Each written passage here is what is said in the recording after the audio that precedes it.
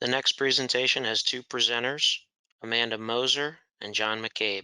Amanda Moser is a Senior Laboratory Assessor 2, part of the Laboratory Assessment Program at AASHTO Resource. Her co-presenter is Jon McCabe, who is a Quality Analyst with the AASHTO Accreditation Program, also part of the AASHTO Resource.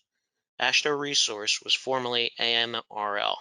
My name again, just like we said earlier, my name is Jon McCabe. I'm a quality analyst with AASHTO Resource. I've been with the company for about 8 years now, three as a quality analyst and 5 as an assessor. And the other presenter we have here is Amanda Moser. Amanda, do you want to? Hello, I'm Amanda Moser. I'm a senior assessor with AASHTO Resource. So the main thing that we're going to talk about today is accreditation certification, and tell you a little bit about our company, AASHTO Resource. So the main things we're going to go over today is why go for accreditation. And then we're going to tell you a little bit then about our AASHTO accreditation program and what we offer, our AASHTO Resource on-site assessment program, and our proficiency sample program. So one of the main questions that we get all the time is, why seek AASHTO accreditation? Well, there are many options. Some of the main ones though here are that it demonstrates conformance to the national and international standards that everyone across the entire world does. It enhances the confidence in the testing that your laboratory provides. So a lot of times, we have management, they sit in their offices, and a lot of times, they don't have the time to go back to the laboratory. So by seeking AASHTO accreditation, our people will come in and we will go ahead and take a look and see and make sure all your equipment and your people meet the certain specifications for the accreditation that they're looking for. It shows the dedication for your laboratory for quality testing and continuous improvement. It expands many business opportunities because it's accepted broadly through many specifiers. And it keeps up to date with the different changes in the standards in the industry. One of the main things is when our assessors come in there and look at your laboratory, they're not only seeing that if it meets all the accreditation and all the standards, they're also looking at, and they can help provide some things that they're also seeing with other laboratories that they see all across the country. So it gives you a little bit of insight into what other laboratories are doing. A couple of other things that we want to get into is that we want to define what accreditation is and what certification is. A lot of people like to use those terms interchangeably, but they are two different items. So the first one we're going to go over here is accreditation.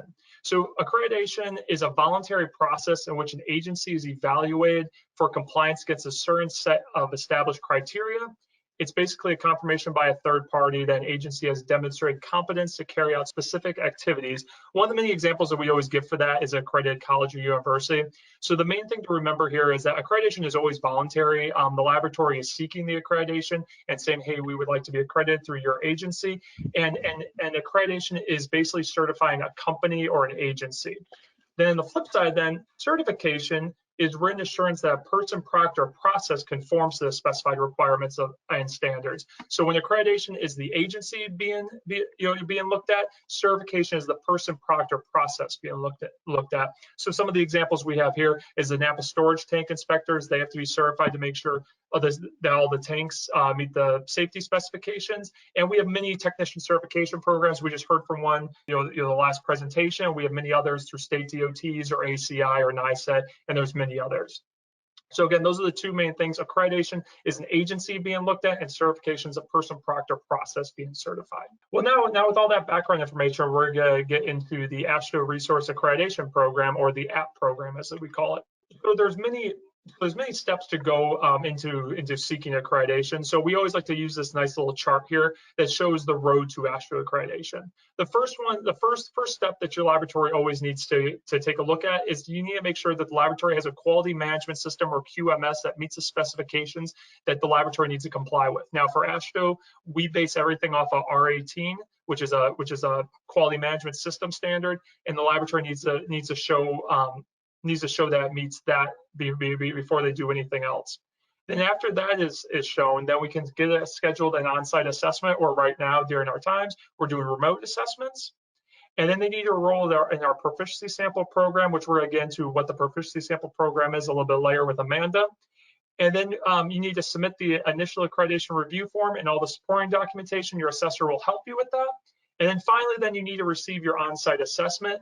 And you would think that would be the last step, but no, you need to, most time, there's going to be some nonconformities that are shown during the on-site assessment And then you need to go ahead and resolve those with a quality analyst like myself. And once all that's resolved, then accreditation can be granted at that time.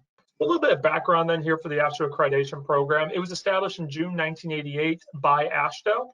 The main objective of AAP, or the AASHTO accreditation program, is to provide a mechanism for formally recognizing the competency of a testing laboratory to perform specific tests on construction materials. So again, we're accrediting a laboratory, so we're accrediting the laboratory, not the individual. The basis of all of our accreditation is AASHTO R18, which we'll get into a little bit more about what R18 is. It's a very big quality management system standard that you need to have before any other accreditation can be granted.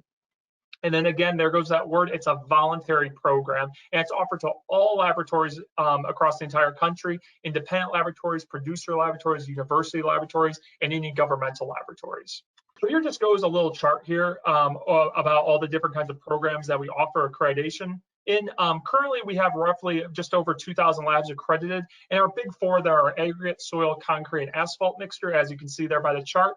Pavement preservation is a very new program for us. We just started offering accreditation for that in 2016, and as you can see there towards the right-hand side, we're only at about 21 laboratories for pavement preservation. But like I said, though, it is a fairly new program for us, and the more we learn, and the more the industry evolves, I'm sure the more people will get accredited for pavement preservation. So I did bring up AASHTO R18 earlier. What is AASHTO R18? So again, it's a quality management system standard, and it's maintained by the AASHTO Committee on Materials and Pavements. It includes the requirements for things like training, competency evaluation, equipment management, internal audits, management reviews, corrective actions. It might sound easy, but there's a lot more stuff that comes off of those items. And it is a big standard that the laboratory needs to meet for to receive any other accreditation for any other standards. Another item that is involved with R18 is our AASHTO accreditation program manual. So now this is an offshoot manual off that R18 says you must meet the requirements of, and it's a manual that's done in-house here by the AASHTO accreditation program, and it is approved by our administrative task group. It contains requirements for the on-site assessments, proficiency samples, and different kind of accreditation policies like for thermometers, mechanical shakers, and other things that we may run into. Now that we got the app side done, now Amanda's going to talk a little bit about the laboratory assessment program and then get into our PSP program. So I'll let you take it away, Amanda. All right, so these are the two programs that you would be dealing with if you were seeking accreditation for your laboratory. So we're going to start with the LAP program, the Laboratory Assessment Program. The Laboratory Assessment Program provides third-party audits conducted approximately every 2 years at laboratory facilities. We send an assessor to your laboratory that can objectively evaluate the conformance of your laboratory's testing services, procedures, quality manual, just to see that they're all in line and following the guidance in R18 and other quality management standards. This process allows you to identify opportunities for improvement in your laboratory, find things that may be causing incorrect results, that kind of stuff. And our assessors are very well trained and knowledgeable in a variety of quality systems and also in a variety of construction materials, not just pavement preservation, but also those other disciplines that were mentioned earlier. So originally, this program began just to focus on the state DOTs back in 1966.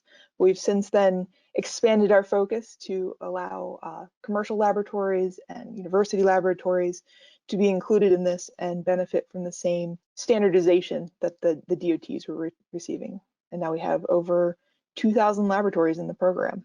So an actual on-site assessment involves a laboratory assessor coming to your facility. They watch you perform all the testing that you sign up for. Each test method that you are accredited for needs to be demonstrated for the assessor. So if you perform, say, the sweep test, you want to be accredited for it, you have them watch you perform a sweep test on some example material. And then it also goes over the quality management system. They take a look at your procedures and equipment records, all the things that go into having a viable laboratory. AASHTO conducts on-site assessments in all 50 states at the moment, also Washington, D.C., parts of Canada, Puerto Rico, Guam, and Belgium. And our average assessor spends 150 days on the road a year. So we do a lot of traveling, we see a lot of places, and we can help share some of those best practices that we gather from across the country with your laboratory staff. We also focus on a bunch of different materials, as John already mentioned. Pavement preservation is one of our newer opportunities, but if your laboratory also tests things like hot mix asphalt, aggregates for construction, sprayed fire-resistant materials, we also offer accreditation in those areas as well. The second program that you need to deal with to become accredited is the Proficiency Sample Program. So in the Proficiency Sample Program, the plan here is to send every laboratory that is accredited a standard sample once a year and have everybody test that sample and then gather the results and compare them to see how close together those results fall. If everybody's doing the testing the same way, we should get repeatable, reliable results. So we actually create these samples at our facility. They're handmade, all 2,000 some of them for each sample type.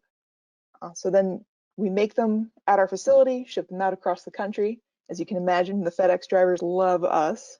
Big pallet full of very heavy samples. And then the participant laboratories will perform testing on all of these standard samples. We gather all of the data back together on our website and perform a statistical analysis on the data. And we assign a rating based on that data, saying if the results are close to the standard average result, or if they're falling outside of that kind of average area. So here you can see some examples of our crew preparing some standard samples. This one happens to be an asphalt mixture sample. So we've got the aggregate put together in bags and also a separate liquid asphalt portion of it. And it's just the pictures that we had that were easy to see what's going on here. But we make all of these samples in-house. This is a list of the methods that we currently offer for slurry and microsystems type testing. So you can see there's a variety there of ISA standards and also some ASTM standards. And you can sign up for any or all of these at your option. You don't have to be accredited for all of them. You can just pick one if you want to. We do have some laboratories that do that. This is a graph showing our participation in our sample, the PSP sample program. We've just had more and more interest from people in the industry. Not everyone who participates needs to be accredited. We offer samples even if you're not seeking accreditation. If you just want to be able to compare your results to other laboratories, you can use our sample to do that, to get you a really good idea of how you stack up against your rival laboratories. And this is all of the proficiency sample programs that we offer. We offer a wide variety for different construction materials. For our actual samples that are developed by the proficiency sample crew, in conjunction with some ISA members, some volunteer laboratories help us design these samples, make sure that they are a reasonable kind of material and that they vary from year to year. So you can't just use last year's results to try to get a good rating this year. And then we prepare the material, like I said, from our headquarters and ship it out to all of our participant laboratories. And if you're going to become accredited for this material at the moment, you don't have to get what we would call good ratings at the moment. Just need to participate until we get enough people into the sample to get a statistically valid chart.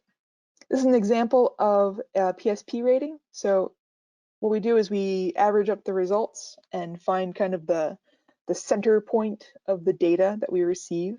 And then we plot all of the results from each laboratory relative to that kind of center.